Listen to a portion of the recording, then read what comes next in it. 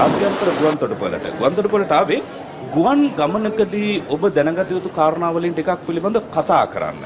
සාමාන්‍යයෙන් මේ තියෙන සීමාව තියෙනවනේ මේ සීමාවෙන් ඇතුළට ආවට පස්සේ ඔබ අයත් වෙනවා විශේෂ කාණ්ඩයකට. ඒ තමයි ශ්‍රී ලංකා රේගුව යටතේ තිබෙන කාණ්ඩයට තමයි ඔබ මේ ඇතුල් වෙන්නේ. මෙතන සිට ශ්‍රී ලංකා රේගුවත් එක්ක ඔබට ලොකු ගණතුණුවක් කරන්න සිද්ධ වෙනවා. ගෙදරට බඩු ටිකක් අරගෙන යනවා නම් යාළුවන්ට මොන හරි රැයි යනවා නම් ඒ සියලු දේත් එක්ක මෙතනින් එහාට ඔබ දැනගත යුතු දේවල් බොහෝමයක් තියෙනවා. ඒ නිසා ඒ දේවල් මොනවද මොන වගේ ප්‍රමිති තත්වයක් කරදේද මේ දේවල් සිද්ධ වෙන්නේ නීති රීති තිබෙනවද මේ කියන සියලු කාරණා ගැන අපට දැනගන්න පුළුවන්කමක් තිබෙනවා. ඒ නිසා මේ පිළිබඳව දැනගන්න නියෝජ්‍ය රේගු අධ්‍යක්ෂතුමන් අපිත් එක්ක සම්බන්ධ වෙනවා. පරාක්‍රම බස්නායක මහත්මයා මට පැහැදිලි කරලා දෙන්න ශ්‍රී ලංකා රේගුවේ මොන වගේ කාර්යභාරයක්ද මේ ස්ථානය තුල සිද්ධ වෙන්නේ? ඇත්තටම ආගමන හා විගමන කාර්ය නිම කරලා රට තුලට එන මගියේ ඔහු ලංකාවට කුමන ආකාරයේ දෙයක්ද ගෙනෙන්නේ? එහෙම නැත්නම් ඔහු ගෙනෙන දෙයකින් රටට යම්කිසි අහිතකර තත්ත්වයක් ඇති වෙනවද? ඒ වගේ විශාල වගකීමක් රේගුවට තියෙනවා. ඒ විතරක් නෙවෙයි රටේ ආදායම තත්ත්වය වැඩි කිරීමට ඒ වගේම රටේ භාණ්ඩාගාරයට 57% ආදායම ලබා දීමටත් රේගුවේ තියෙන කාර්යභාරය ඉතාමත් ඉහළයි. හරි දැන් අපි මේ කාර්යභාරය ගැන කතා කරද්දී අපි තව දැනගත යුතු දේවල් තියෙනවා රට ඇතුළට එද්දී අපිට මොන හරි ගේන්න පුළුවන් දේවල් කියලා ටිකක් නම් කරලා තියෙනවද මෙන්න මේ ටික තමයි බැරි කියලා නම් කරලා තියෙනවද අපි රටින් එළියට යනවා එනවා අපි මේ පිළිබඳ හරි දැනීමක් නැහැ ඊට සමහරවිට පැහැදිලි කරලා දෙන්න. ඔව් ඇත්තටම ශ්‍රී ලංකා රේගු දෙපාර්තමේන්තුවේ ලොකු වගකීමක් තියෙනවා ශ්‍රී ලංකාව තුලට ගෙනෙන්න තහනම් කරන ලද භාණ්ඩ විශාල ප්‍රමාණයක් තියෙනවා. ඒවා ලැයිස්තුගත කරලා තියෙන්නේ. ඒ වගේම රටින් පිට කිරීමට තහනම් භාණ්ඩත් විශාල ප්‍රමාණයක් තියෙනවා.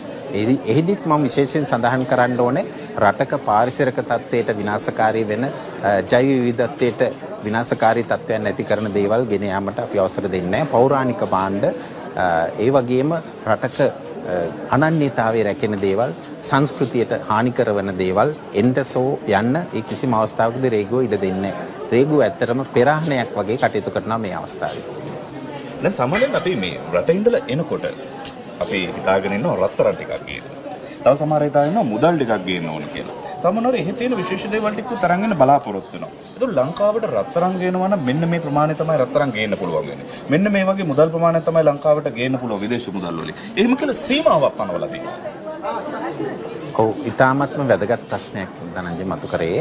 මම හිතනවා මූලික වශයෙන් ලංකාවට ගෙනෙන්න පුළුවන් ස්වර්ණාභරණ අරන් බැලුවොත් තමන්ගේ පෞද්ගලික පරිහරණයට යොදා ගන්න රත්තරන් සහිත ස්වර්ණාභරණ ගේන්න පුළුවන්. ඊට අමතරව පුද්ගලයෙකුට ඕනෑම ප්‍රමාණයක මුදල් ගෙනෙන්න පුළුවන්. සීමාවක් නැහැ. ඒ මුදල් රේගුවට ප්‍රකාශ කරන්න ඕනේ. ඩොලර් 15000ට වැඩි ප්‍රමාණයක් තමන් සතුව තියෙනවා නම් අනිවාර්යයෙන්ම මේ මුදල රේගුවට ප්‍රකාශ කරන්න. රේගුවට ප්‍රකාශ නොකිරීම බරපතල වරදක්. විනිමය පාලක නීති රීති අනුව ශ්‍රී ලංකාව තුළ පවත්වන රේගුවට බලය තියෙනවා එවැනි මුදල් රාශාන්ත කරන්න. ඒක නිසා රේගුවට මුදල් ප්‍රකාශ කිරීම රට ඇතුළට මුදල් ගෙනීම ඉතාමත්ම නීත්‍යානුකූල ක්‍රියාදාමයක්. ඒකට රේගුවෙන් රිසිට් පතක් නිකුත් කරනවා. ඒක ඉතාමත්ම වළංගු රිසිට් පතක්. හැමෝම ඒ කර්තව්‍ය කරනවා නම් තමන්ගේ මුදලට ලොකු ආරක්ෂාවක් ලැබෙනවා. මුදල කරගෙන ඇවිදිලා එහෙම නැත්නම් මං ගේන රත්තරන් බඩු ටික මම දී පෙන්නලා ඔබතුමන්ලා ළඟට ගිහිල්ලා සේවය ලබාගෙන ඒකට අර ඔබතුමන්ලා කියන රිසිට් පතක් ලබා ගන්නවා නම් ඒකට අය කිරීමක් කරනවාද මොකක් හරි ක්‍රමවේදයක් තියනවාද නැත්නම් අපේ අතින් තව ගාණක් යයිද එහෙම ප්‍රශ්නයක් එන්න පුළුවන්. එහෙම ප්‍රශ්නයක් එන්නේ මුදල් සම්බන්ධයෙන්. නමුත් රත්තරන් හෝ වෙන දෙයක් රේගුවට ප්‍රකාශ කිරීමේදී ඒකේ වටිනාකමට තක්සේරු වෙන ප්‍රමාණය ඉක්මවා යනවා නම් පමණක් බදු මුදලකට යටත් වෙනවා. නමුත් ඒක ඉතාමත් සුරක්ෂිතයි. ඒකේ කිසිම ගැටලුවක් නැහැ. ඒකෙන් කරන්නේ Tamanට නියමිත ප්‍රමාණයට වඩා වැඩි ස්වර්ණාභරණ ප්‍රමාණය තියෙන නිසා. දැන් මේ ලංකාවට එන අය මුණ ගැහෙන්නත් අපිට පුළුවන්කමක් ලැබුණා. අවුරුදු ගානකට පස්සෙත් දන්නේ නැහැ දෙන්න ලංකාවට එන්නේ මට ළඟට එන්න වෙනවනේ. හරි. එන්න ඔබට ඉස්සරහට ඇවිල්ලා කතා කරමු. කොහෙන්දලා දෙන්නේ? අපි එන්නේ ඉතාලිය ඉඳලා. ඉතාලිය ඉඳලා. දැන් අවුරුදු කීයකින් දෙන්නේ? මම නම් අවුරුදු 2කින්. වයිෆ් අවුරුදු 1.5කින්. දැන් මොනවද ගත්ත බඩු හැම? ගත්ත ෆ්‍රිජ් එකක්, වොෂින් මැෂින් එකක්. තව බඩේ බලන්න ඊට පස්සේ තව ටිකක් ගන්න. හරි. දැන් සාමාන්‍යයෙන් මේ කොච්චර විතර බඩු ගන්න පුළුවන් කියලා දන්නවද මේ ස්ථානයේදී? එහෙම උපරිමයක් ගැන එහෙම දන්නවද මෙච්චර මුදලකට ගන්න පුළුවන් කියලා? කොච්චරද? කලින් ගිහලා පල්ලෙන් අහගෙන ආවා. අවුරුදු 2ක් තියෙන හින්දා 1700 ගානක එක්කෙනෙකුට පුළුවන් කිව්වා.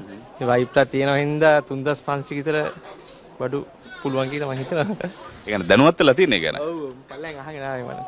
ආගෙන ආපින්ද වැඩේ කරගත්තා. ඔව් ඔව්. හරි. එහෙමනම් ඉතින් මේ කොහෙද ගම්පලාතික හලාවතද? මම මීගමුවේ නෝනා හලාවත.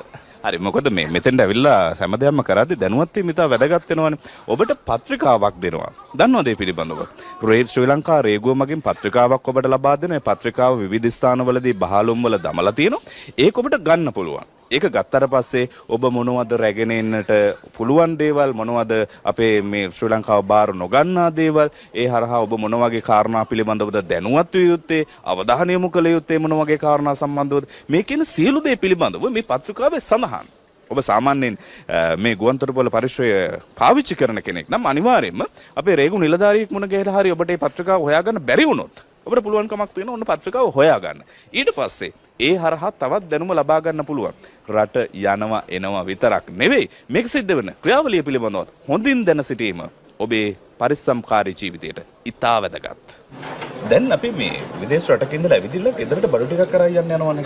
යන්න ගියපුවාම සමහර වෙලාවට විදේශගතව රැකියාවක් කරන්න ගිය කෙනෙක් වෙන්න පුළුවන්. එයා අවුරුදු ගානක රැකියාවක් කරලා ඉන්නේ අවුරුදු 4ක් හෝ 5ක් හරි 6ක් හරි රැකියාවක් කරලා ඉන්නවා. සම සමහර අය ඉන්නවා මාස 6ක විතර ගෙටි කාලයක යනවා. එමු නැත්නම් පොඩි සංචාර වලට සතියේ දවස් 3-4 සංචාර වලට යන ඉන්නවා. මේ අයට මොකක් හරි තියෙනවද ක්‍රමවේදයක් මෙන්න මේ සීමාවේ තමයි ඔයාලට බඩු ගන්න පුළුවන් වෙන්නේ. මෙන්න මේ සීමාව ඇතුලේ බඩු ගත්තොත් ඔයාලට ප්‍රශ්නයක් වෙන්නේ නැහැ. දැන් අපිට ඉස්සෙල්ලා එක්කනත් එක්ක කතා කරද්දී කිව්වා ශ්‍රී ලංකා රේගුවට ගිහිල්ලා තොරතුරු දැනගෙන ඇවිල්ලා තමයි මම ගත්තේ. එහෙම හැමෝම කරන්නේ නැහැනේ. ඒ නිසා ජාතික රූපවාහිනිය අපි ඔන්න ඒ පිළිබඳව දැනුවත් කරන්න ලෑස්ති. මට කියන්න කොහොමද මේ සීමාව තියෙන්නේ? ඇත්තටම මේ මගියා ඉතාමත් හොඳ ක්‍රියාදාමයක් තමයි එතන අනුගමනය කරලා තියෙන්නේ. විශේෂයෙන් මම හිතනවා හැමෝටම පුළුවන් නම් රේගුවට ගිහිල්ලා ඒක නැවත වතාවක් විමසනවා නම් ඒ තොරතුරු නිවැරදිව ලබා ගන්න පුළුවන්.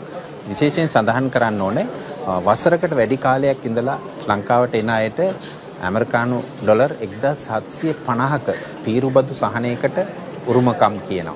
ඉතාමත්ම වැදගත් කාරණාවක්. තමන්ගේ නිවසට ඕන සියලුම බඩු ලබා ගැනීම හැකියාව තියෙනවා. තමන්ට වොෂින් මැෂින් එකක් ඕන නම් ෆ්‍රිජ් එකක් ඕන නම් ඊට අමතරව ෆෑන් බ්ලෙන්ඩර් ඕනම දෙයක් ලබා ගන්න පුළුවන් වසරකට වැඩි කාලයක් විදේශගතව ඉඳලා ලංකාවට පැමිණෙන මගින්. ධනංජය කිව්වා වගේ වසරකට අඩු කාලයක් ඉඳලා මාස 3කට වැඩි කාලයක් ඉඳලා එන අයට ඇමරිකානු ඩොලර් 625 දක්වා තීරුබදු සහනයක් ලබා ගැනීම හැකියාව තියෙනවා. ඉතින් මෙන්න මේ හැකියාව Taman නොදන්න නිසා තමයි Tamanට අවශ්‍ය බඩු බහන්න ලබා ගැනීම නොහැකියාවකට වුණපත් වෙන්නේ.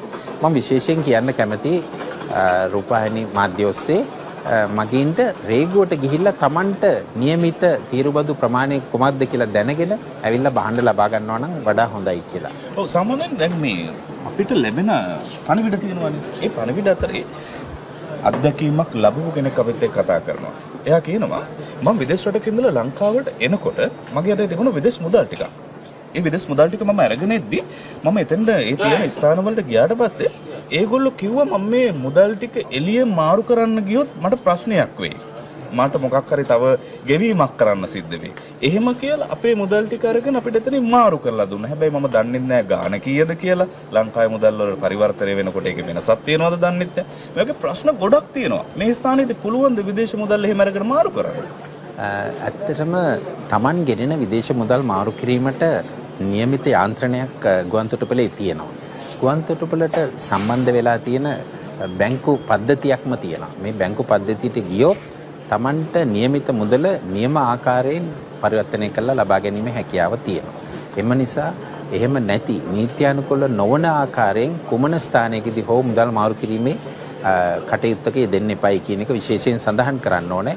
එවැනි අවස්ථාවලදී සමහර විට Tamanට විශාල පාඩුවක් සිදු වෙන්න පුළුවන්. එකක් තමයි નિયમિત Tamanට ලැබිය යුතු ශ්‍රී ලංකා මුදල් ප්‍රමාණය නොලැබීම හෝ ඒ මුදල් අතර නීත්‍යානුකූල නොවන මුදල් තිබිය හැකි නිසා.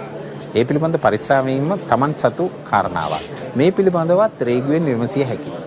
බණ්ඩාරනායක ජාත්‍යන්තර ගුවන්තොටුපළේ නියෝජ්‍ය රේගු අධ්‍යක්ෂතුමන් පරාක්‍රම බස්නායක මහත්මයාට බොහොම ස්තුතියි. අද මේ කාරණා පිළිබඳව අපිව දැනුවත් කරා.